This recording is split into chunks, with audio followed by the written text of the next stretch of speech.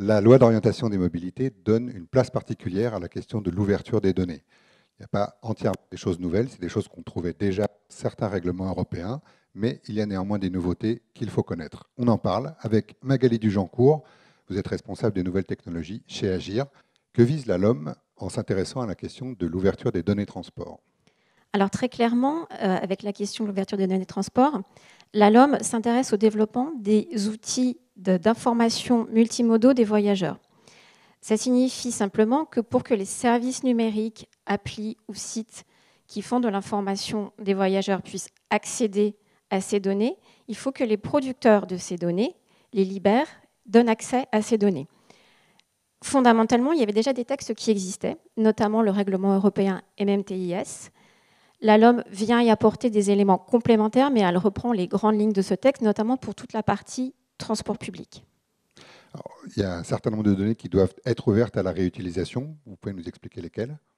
Alors, les données qui doivent être ouvertes à la réutilisation, concernant les services de transport qui sont organisés par les collectivités, il s'agit des données à la fois statiques, c'est-à-dire les données théoriques du réseau de transport, mais également les données dynamiques, c'est-à-dire les données en temps réel. Viennent s'y ajouter d'autres types de données, les données des services de mobilité partagés, type vélo en libre service, trottinette partagée, autopartage, les données des points de recharge des véhicules hybrides ou électriques, et un autre type de données à la demande des collectivités. Les producteurs de solutions de covoiturage doivent être en capacité d'ouvrir leur système. Il ne s'agit pas tant de l'ouverture des données que de l'ouverture des informations qui va permettre aux services d'information multimodaux de venir se connecter sur ces services de covoiturage. Mais est-ce que seuls les transporteurs sont concernés ou est-ce qu'un rôle particulier est confié aux autorités organisatrices elles-mêmes?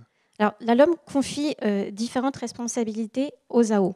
D'abord, d'être responsable de la fourniture des données, sachant qu'il est précisé qu'elles peuvent confier cette tâche aux gestionnaires des services de transport.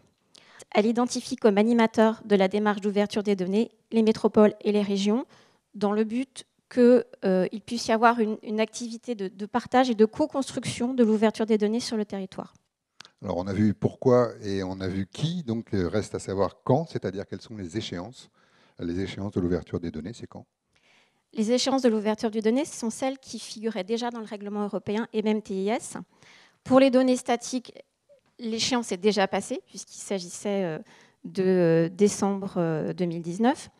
En ce qui concerne les réseaux de transport, la plupart des données d'offres, qu'elles soient théoriques ou dynamiques, les données devront être ouvertes au 1er décembre 2020, c'est-à-dire dans une échéance très proche. Pour les données plus complexes, une deuxième échéance est fixée au 1er décembre 2021. Mais ces données ouvertes, est-ce qu'elles doivent l'être dans un format particulier? Il y a un format qui est imposé? Oui, il était déjà imposé par le règlement européen MMTIS. Pour les données statiques, il s'agit du format NetEx et pour les données dynamiques, du format Siri. La complexité vient du fait que la plupart du temps, les réseaux de transport public ouvrent leurs données dans des formats qui sont aujourd'hui plus courants, qui sont le GTFS et le GTFS-RT. Il est évoqué aussi dans la loi la notion de point d'accès national, le PAN. Alors expliquez-nous un peu de quoi il s'agit.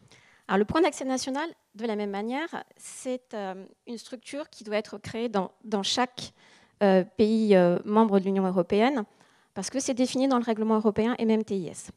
En France, le point d'accès national a été créé au sein de la structure du gouvernement Transport DataGouv. Ce point d'accès national a pour vocation de regrouper en son sein toutes les données de transport ouvertes en France pour permettre aux réutilisateurs d'avoir un point d'accès unique.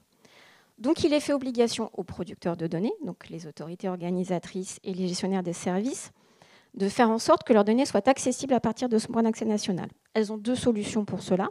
Soit héberger leurs données directement sur les serveurs du point d'accès national, soit faire en sorte que le point d'accès national puisse venir moissonner les données qui sont hébergées sur leur propre serveur. Quelles relations vont se mettre en place entre les producteurs et les réutilisateurs de données? Il y a un fonctionnement contractuel qui est relativement simple, qui est celui de la licence. Une licence, c'est un contrat qui établit les droits et les devoirs du réutilisateur des données. Aujourd'hui, la loi d'orientation des mobilités laisse le libre choix pour les producteurs du type de licence qu'ils veulent pouvoir utiliser. Il peut s'agir d'une licence standard, comme il en existe un certain nombre. Certaines sont plus favorables aux réutilisateurs que d'autres. Je pense à la licence ouverte qui est celle qui a été établie par Etalab. Il y a d'autres licences relativement courantes comme ODBL qui sont un petit peu plus restrictives, ou toute forme de licence qui pourrait être développée et réalisée au niveau local. Alors tout ça va avoir un coût, j'imagine. Combien ça va coûter aux AO? Le coût pour les AO, ça va être celui de mettre à la disposition des données, mais surtout de pouvoir dimensionner leurs serveurs pour que les réutilisateurs puissent, en temps réel, venir s'alimenter dans leurs données. Et dans certains cas, pour les gros réutilisateurs, il va falloir dimensionner ces installations, ce qui, évidemment, va avoir un coût pour les collectivités. La loi prévoit que, dans le cadre des licences, elles puissent demander une compensation financière à ces gros utilisateurs, et il est prévu qu'un seuil soit fixé. Il est actuellement l'objet de discussion, il doit être fixé en décret. La difficulté est d'établir ce seuil de manière à ce qu'il soit équitable, quelle que soit la taille du réseau. On sait très bien que le besoin ne va pas être le même pour un petit réseau, pour un gros réseau qui va être beaucoup plus sollicité par les gros utilisateurs. Et là, il y a une vraie difficulté à établir ce seuil.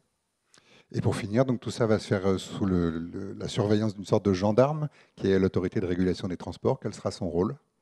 Alors, le rôle de l'ART, c'est vraiment d'être le gendarme de l'ouverture des données. Il va avoir un rôle de contrôle via des contrôles aléatoires qu'il va pouvoir réaliser. Et puis un rôle de gendarme, effectivement, pour pouvoir intervenir dans le cadre de différends entre producteurs et réutilisateurs.